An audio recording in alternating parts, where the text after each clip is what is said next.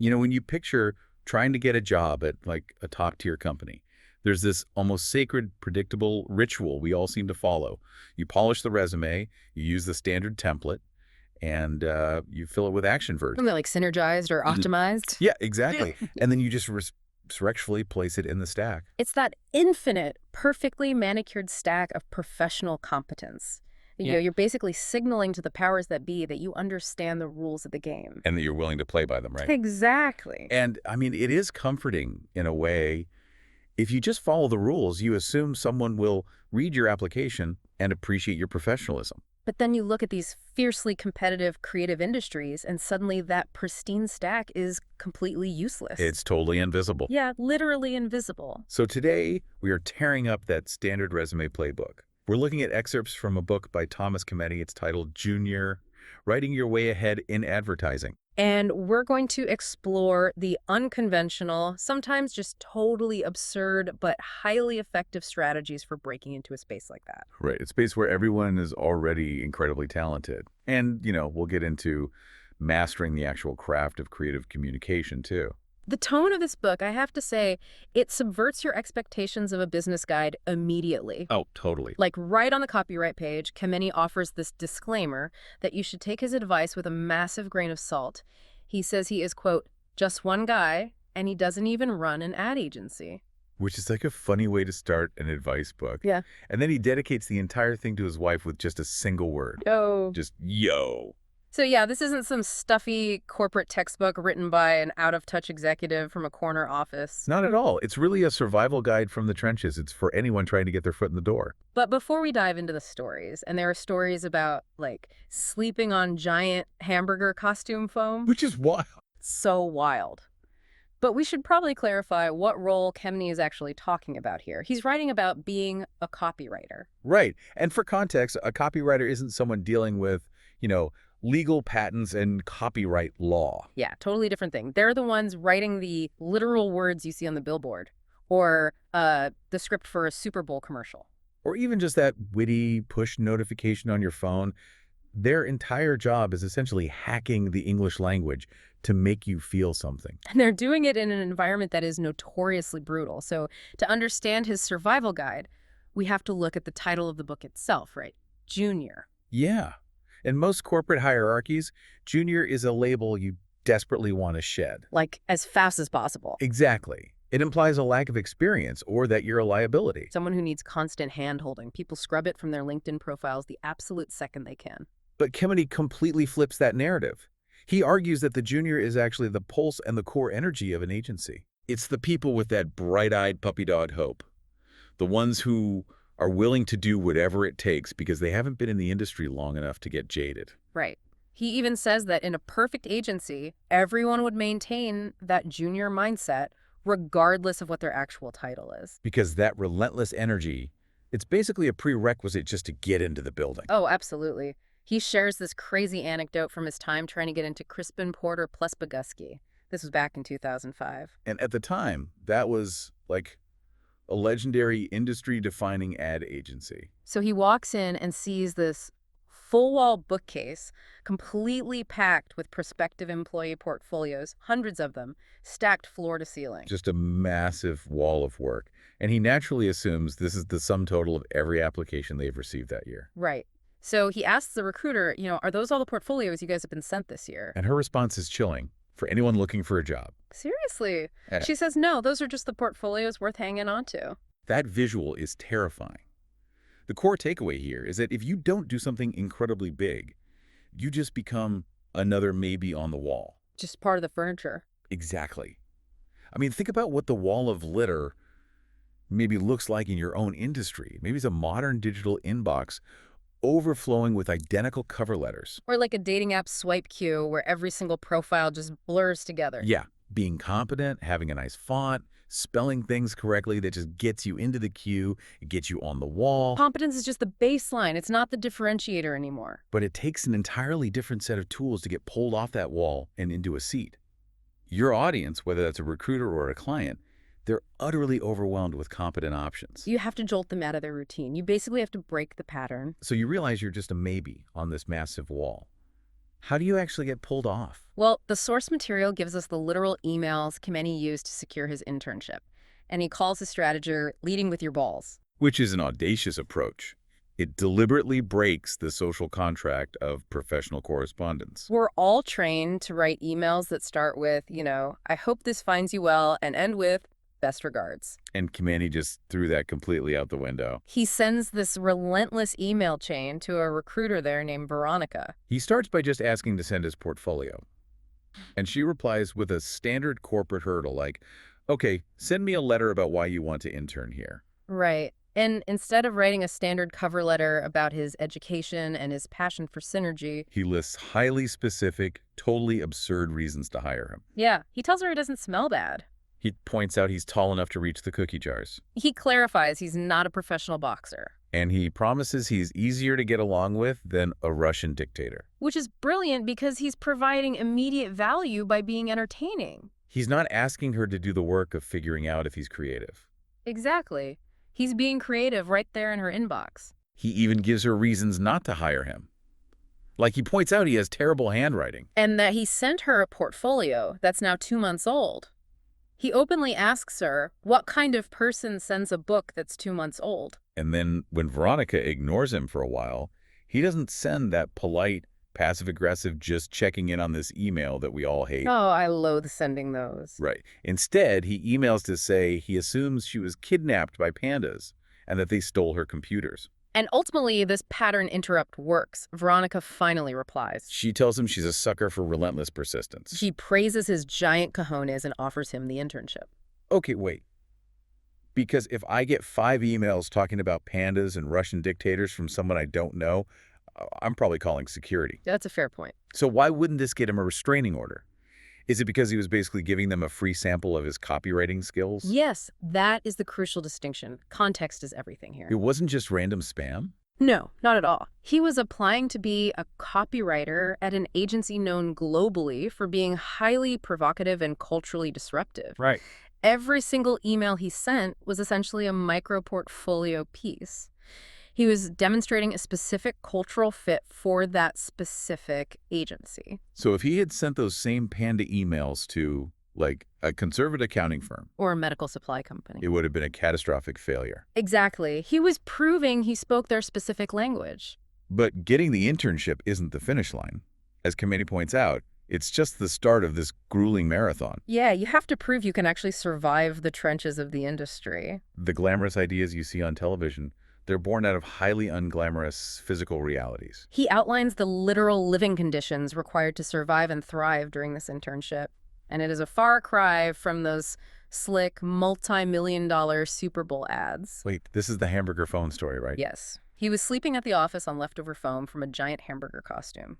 And didn't he put a giant chicken poster over his office window? Yeah, just to get some privacy while he slept on the floor. He befriended Henry the security guard, showered at the office gym, and survived by eating the office's free croissants. That is intense. The juxtaposition of the high-end creative output and the sheer physical grit required to produce it, it's so stark. It really is.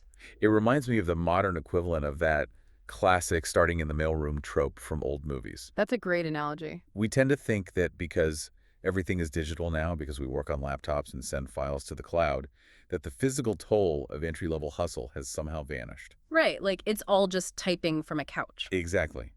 But it hasn't. The hamburger foam is the new mailroom. It's the physical manifestation of paying your dues and doing whatever it takes. And he parlayed that exact hustle into his next major career leap. Yeah, he uses that Crispin internship to try and get a job at another legendary agency, goodbye Silverstein and Partners. So he emails a creative over there named Bob Winter, asking Bob for some, quote, happy words to put in a good word with the recruiter. And Bob's response is just bizarre. So bizarre. He writes back saying he'll throw some happy words to the recruiter and lists the specific words he's thinking of using. Speculum, nutsack, Vienna sausage. I mean, can you imagine getting that in a professional email? It's a phenomenal example of how insular and idiosyncratic the culture of high-level creative spaces can be. And somehow, this corporate endorsement works. The recruiter, Linda Harless, emails Kemeny and says, I'm pleased to say we can use you as fast as I can get you out here, maybe Tuesday. It's crazy. So why does breaking the rules of professionalism signal competence to these recruiters? Because in a highly creative industry, standard professionalism is often read as a lack of imagination. Ah, that makes sense. If your job is to invent things that have never been seen before, adhering strictly to the boring rules of corporate communication suggests you are fundamentally risk-averse. So Bob Winter's email functions as a cultural shibboleth. It's a test. Yes, exactly. If Kemeny had responded with shock or offense, he would have proven he didn't belong in that environment. But by leaning into the absurdity, he signaled that he understood the underlying assignment. Which is, we take the work seriously, but we do not take ourselves seriously. Okay, so you've slept on the hamburger foam, you've survived the weird emails, and you've hustled your way into the professional seat. You're officially off the wall of maybe. Right. But what are you actually doing every day?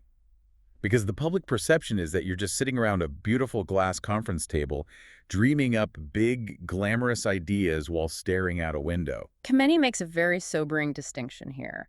Ad schools teach you how to come up with big conceptual ideas. But 90% of the actual job in an agency is writing, rewriting, and rewriting. It's a relentless, exhausting grind of sheer production. He shares this terrifying anecdote about Rich Silverstein, one of the legendary founders of the agency. Oh, this story stresses me out just thinking about it. Right, so Silverstein hands Kemeny a sketch for an ad and says, do a line for that. He gives him 30 minutes. 30 minutes for a brilliant headline. So Kemeny agonizes over it, brings it back, and Silverstein looks at the headline, says it's too long, and asks for a shorter one. But instead of sending him back to his desk to try again, Silverstein just sits there.